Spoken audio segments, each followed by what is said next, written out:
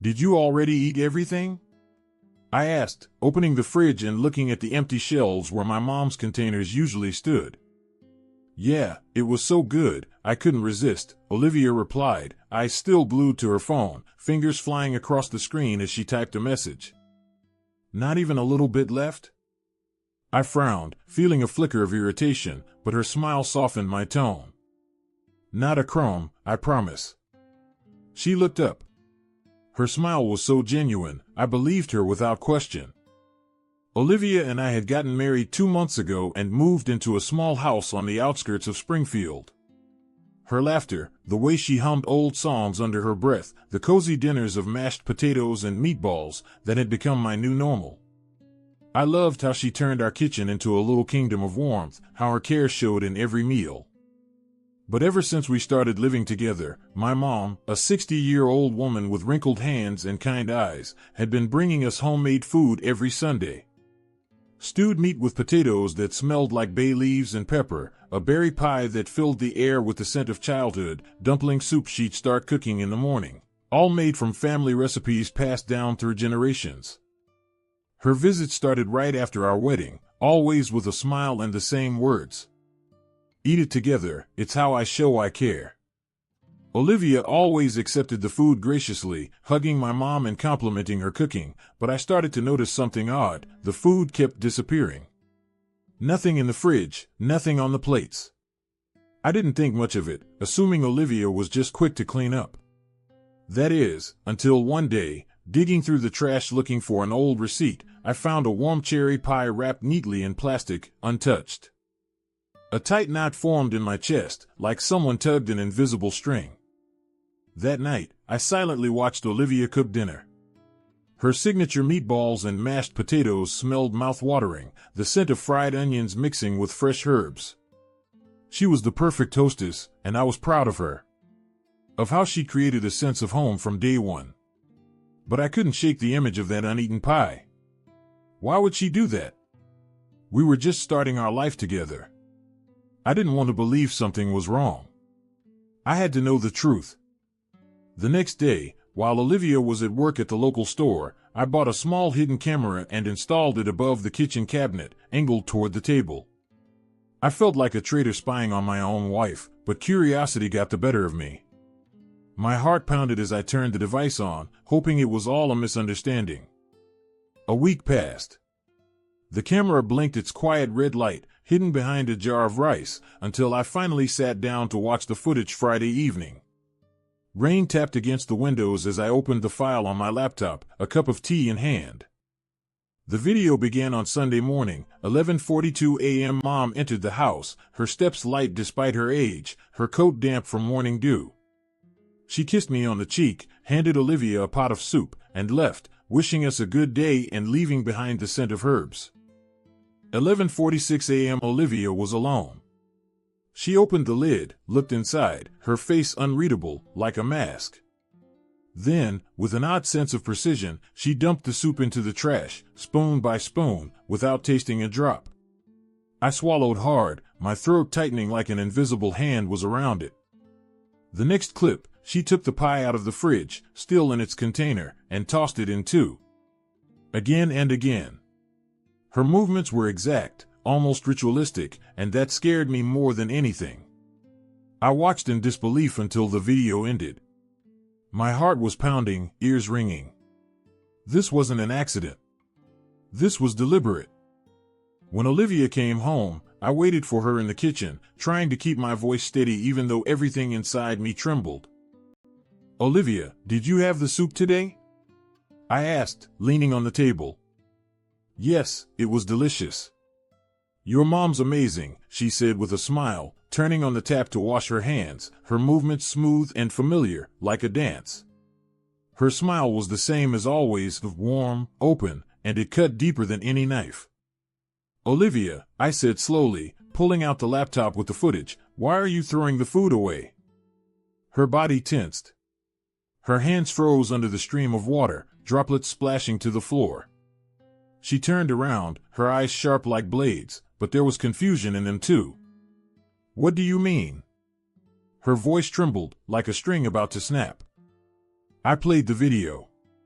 She watched in silence as her own hands dumped the soup, closed the trash lid with near-mechanical precision. When the footage ended, she exhaled, a long, deep breath, as if letting go of something heavy she'd carried for years. "Because I'm ashamed," she whispered, eyes downcast, lashes quivering. I blinked, not understanding, feeling a lump rise in my throat. Ashamed? Of what?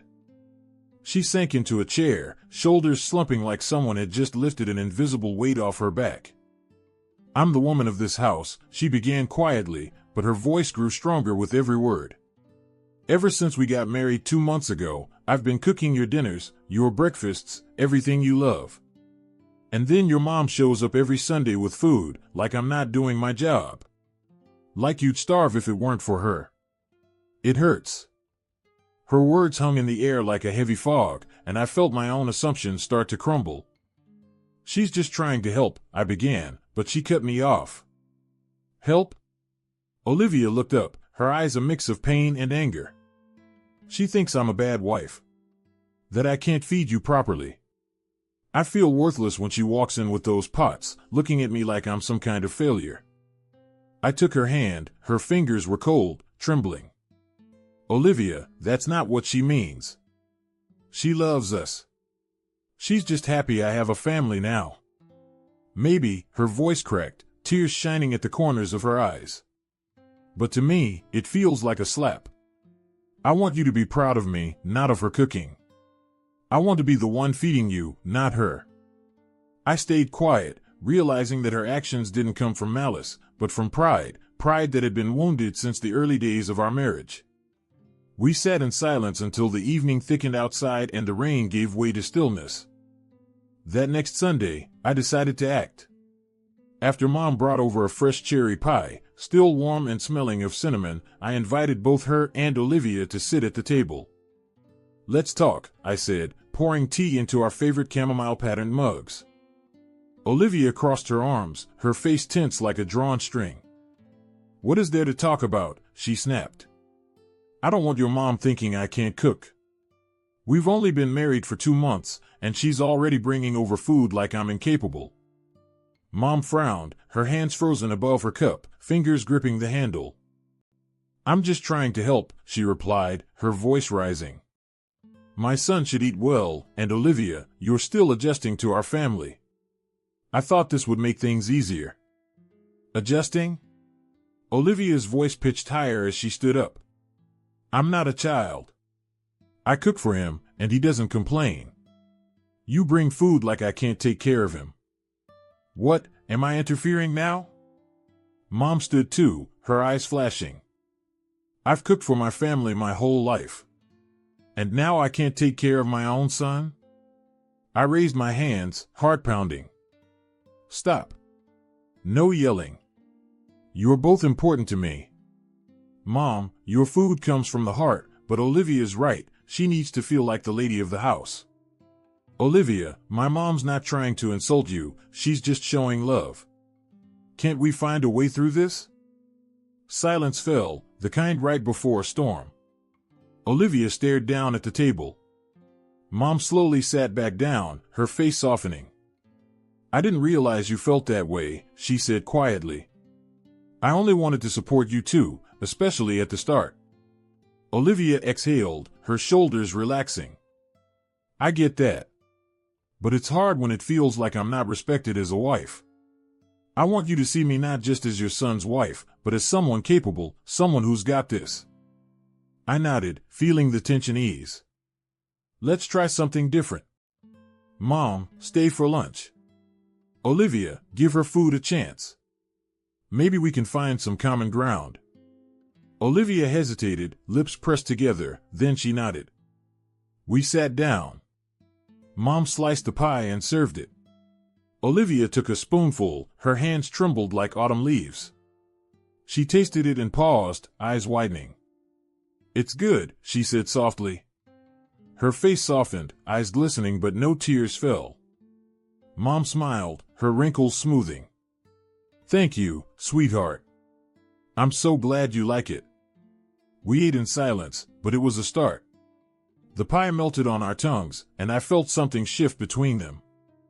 The next week, I made them an appointment with a therapist, a woman named Emily with a gentle voice and kind eyes, who worked at the local clinic.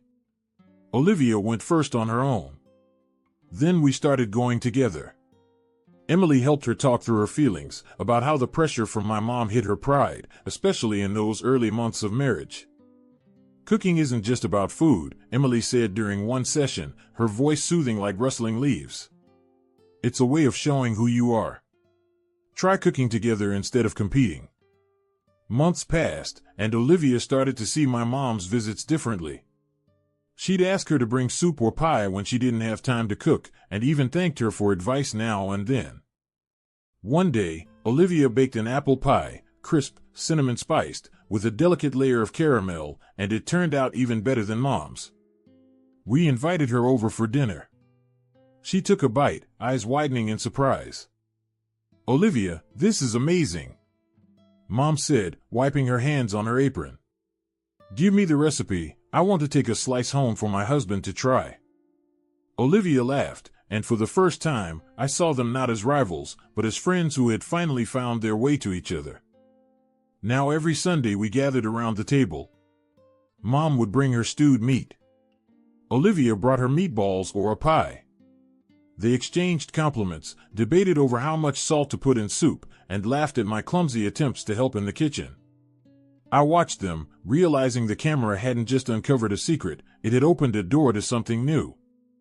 One day, Mom said, "Olivia, next time let's make dumplings together. I'll teach you how to fold them the way my grandmother did." Olivia nodded, her eyes sparkling with excitement. "Yes, I'd love to try. Just don't scold me if I mess up." Their laughter filled the kitchen, and I understood that what once was a conflict had become the start of a new tradition. Food was no longer a reason to argue, it had become a symbol of our family, full of flaws, forgiveness, and love. Months later, I came home to find them sitting at the table with an open notebook full of recipes. Olivia was writing down Mom's method for making borscht, while Mom showed her how to make the perfect pancake batter. Their voices blended into a cheerful chorus, and I felt a warmth spread through my chest. "Try this," Olivia said, handing me a plate of pancakes. "It's my first attempt." I took a bite, they were soft, with a hint of vanilla, and I praised her. She lit up, glowing. Mom smiled. "Now we have two women running this kitchen." They started sharing more than just recipes, they shared stories. Olivia told us how her grandmother used to teach her to make fritters when she was little, and Mom shared memories of cooking for me as a kid. Those conversations brought them closer, and I could see Olivia no longer felt left out. One winter Sunday, we decided to have a dumpling party. Mom brought the meat and dough. Olivia made her homemade sour cream sauce. They stood at the table, laughing when the dough stuck to their hands, and even invited me to join.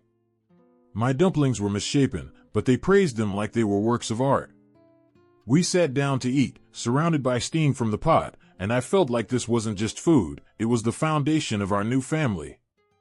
Mom started coming over not just with food, but with ideas. She suggested baking Easter bread together, and they spent the whole day in the kitchen, swapping tips. Olivia even taught Mom how to make her signature cheesecakes, the ones I'd loved since childhood. Their relationship grew into something more than peace, it became a partnership. Now, every Sunday, our home fills with the smell of Mom's borscht and Olivia's pies. They sit at the table discussing how to improve the next recipe. And I watch them, knowing that the camera I once installed out of mistrust became the start of something beautiful. Food no longer divided us, it brought us together, becoming a bridge between the past and what lay ahead. One day, Olivia looked at me across the table and said, "You know, I'm glad you found out back then. Without it, we wouldn't be where we are now." I nodded, feeling a wave of gratitude rise in me. We weren't perfect, but we were a family, with arguments, laughter, and a love that grew stronger every single day.